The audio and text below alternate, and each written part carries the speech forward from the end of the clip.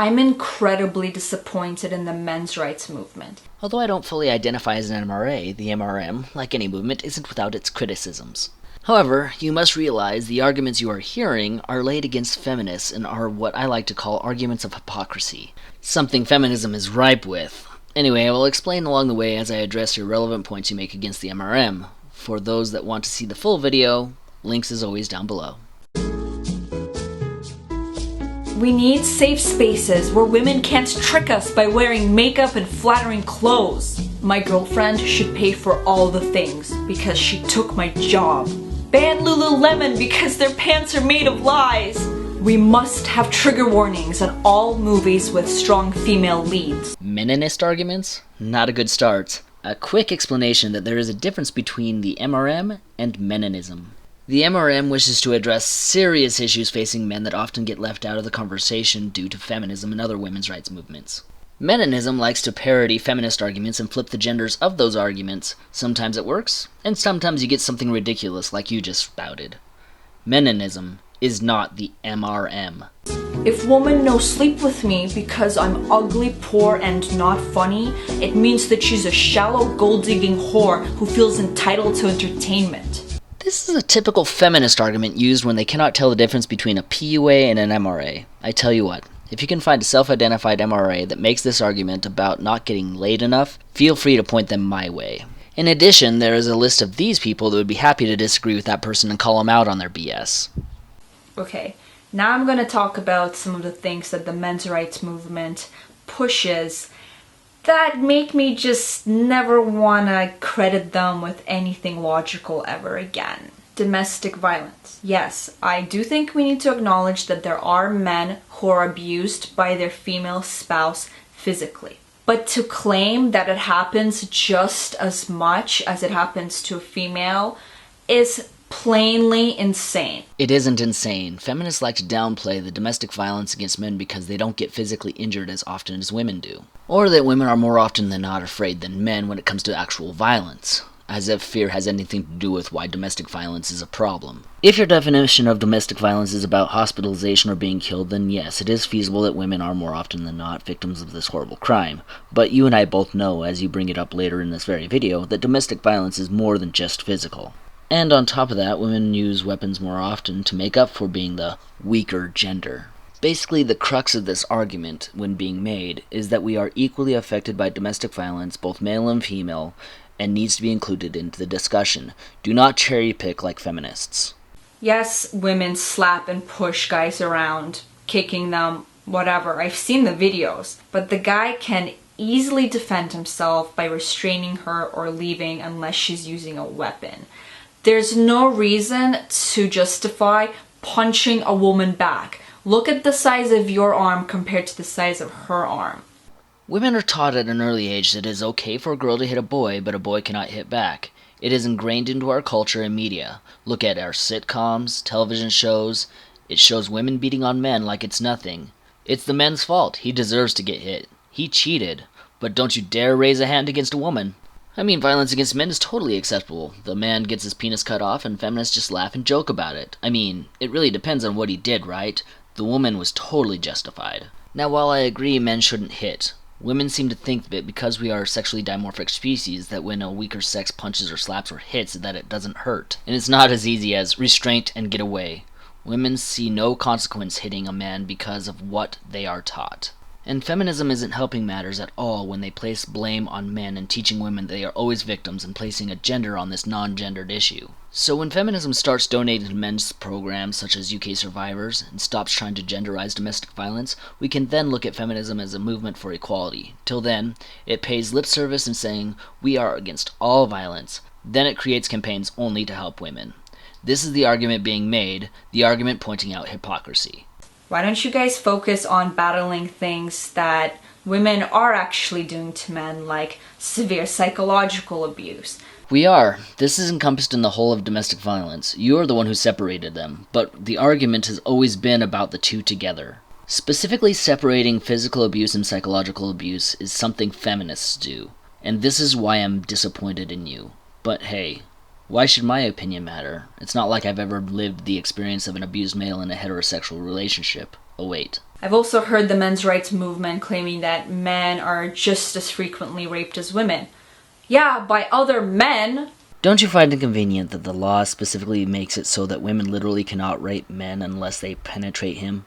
Do you not see how that can skew statistics? Let's create a definition that only makes it so women can rape. Envelopment, no matter how slight of the penis, with any body part or object, or oral envelopment by a sex organ of another person without the consent of the victim. With that definition, can we envelop a vagina? But we can penetrate an anus or a vagina, right? So we have to compare apples to apples here, even though forced envelopment of the penis isn't considered rape under the law. Yes, there is male-male rape, but the reason female and male rape is such a rarity is because it legally isn't recognized as rape and is not counted in the statistics of rape. And since there isn't one feminist campaign that exists that is trying to change this, we point out the hypocrisy of the feminist movement by pointing this argument out. Look at the CDC statistics on rape, and let's look at the non-consensual sex numbers for men known as made to penetrate. 80% of the time when made to penetrate was perpetrated, it was perpetrated by a female. It is listed under other sexual violence and doesn't carry near as harsh a punishment as actual rape does. I believe all non-consensual sex is rape, unlike the definition feminists fought for to only care about penetration. Do you see the argument of hypocrisy yet? There's a huge undeniable issue in prisons, and nobody cares because they're prisoners and we have a terrible system. That's a whole thing in and of itself. Oh, and guess what? It's, again, not about sexism against men, because there are male security guards in female prisons who routinely rape the female prisoners. I actually did a whole segment on this on my Dear Lauren Part 4 video and why this argument is made against feminists. I totally get that female prisoners were being raped by prison guards, but feminists try and say we help men too by passing the Prison Rape Elimination Act of 2003. If you want to hear the full argument of why this argument exists, link below. Prison sentences. Yes, men get longer sentences than women on average. I don't think this is a result of intended discrimination. I'm going to stop you right here. While I agree this may not have to do with intended discrimination, but here again, it's about the argument of hypocrisy, where feminists claim to fight for equality and yet are found wanting when it comes to male issues. Either A, it's a women's rights movement, or B, it's a movement for equality, where male issues are largely ignored and every feminist is a liar when they say it's a movement that means equality. This argument is brought up to show feminists women get less time in prison just for the sake of being women. Context is everything. When feminists like to spout privilege arguments, that's when this argument, regardless of intent, is laid against feminists. Here's the one I have the biggest problem with. In 2006, the American National Center for Men backed a lawsuit known as DeBay v. Wells. The case concerned whether men should have the opportunity to decline all paternity rights and responsibilities in the event of an unplanned pregnancy. Okay guys, that's fucking retarded. It actually isn't if you take into account what is legal and what is illegal, but I will explain this later on. While I do agree with what you're about to say, there is some nuance that needs to be sorted out. Let me explain a hate fact to you. When you engage in intercourse, there is a possibility you will have a baby. Right with you there, but too bad this argument doesn't fare so well when it comes to the law and women's rights to choose. Even though most of the time you engage in intercourse, it's proximal, meaning it feels good. That doesn't change the underlying motivation, which is distal, which means to pass on your genes. No matter how you spin it or dress it up or rationalize it, intercourse at its foundation is for the purpose of creating babies. Whether both of your expectations were that this is just for fun, whether she told you that she was on birth control and she wasn't, whether your condom slipped off, whether you forgot to pull out, doesn't matter. You participated in an act that has the possibility of resulting in a baby. All of this I agree with. However, you and I are both pro-life and understand that actions have consequences. Feminists don't hold this stance and believe what is growing inside is simply a parasite. So here again we argue from the stance of hypocrisy. If feminists believe in the right to choose when to be a parent regardless of consequences, then if we believe in equality, then they should be arguing for both sides of the coin. Do I specifically hold that stance? Nope. But if the law is to be fair, it needs to be fair for both men and women. And that is where the crux of this argument stems. I know that some women are pretty shitty and will lie about being on the pill, and trick you into being the father of their child. Guess what, guys? You're still 50% responsible for that child, whether it was conceived out of love, by accident, or by a lie. Well, again, I agree, there are still many outs given to women that aren't awarded to men when it comes to parenthood. The woman has options, men don't. Women can choose to be a parent point blank, and men cannot outside of abstinence. In a perfect world, I would hold women to the exact same argument you are making. If you don't want to have a child, don't have sex. But this isn't reality. The reality is that women can choose, men cannot. That's it, that's all. What is legislated and what I believe morally are two different things. I am a big fan of what you speak, that actions have consequences morally speaking, but legislation has given women the right to choose and it favors women. And the funny thing is that if men were given the right to choose parenthood, it wouldn't affect women's right to choose at all. Is that unfair? I don't think so. You don't think it's unfair that women can completely control when she becomes a parent and men cannot? Okay.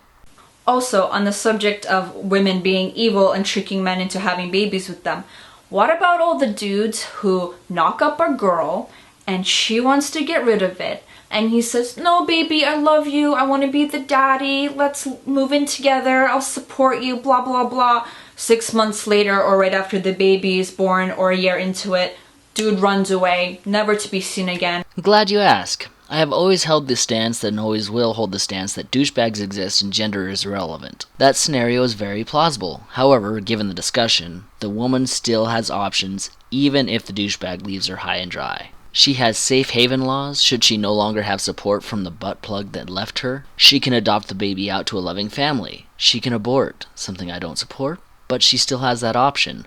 So even if the pig leaves, the woman isn't without options. My point is, we're pretty equally shitty guys, so please stop blaming girls for all your problems and use your brain. I don't think anyone's claiming otherwise. It's only when feminists try to blame all their problems on men do these arguments come out. I personally do not blame problems on women, but just because an issue exists doesn't mean it's the fault of women. The MRAs I know and subscribe to do not make those type of arguments, and the MRAs that do make those type of arguments are oftentimes called out on. Spinosaurus Kin has made a great series called A House Divided, where it responds to people typically on our side making stupid arguments. Stupidity is stupidity, even if it comes from the MRM. Though I still love your videos, you can't win them all. You just seem to be missing the context of some of the arguments being made, and that's unfortunate. Oh, and also, Meninism is not the MRM. Till next time.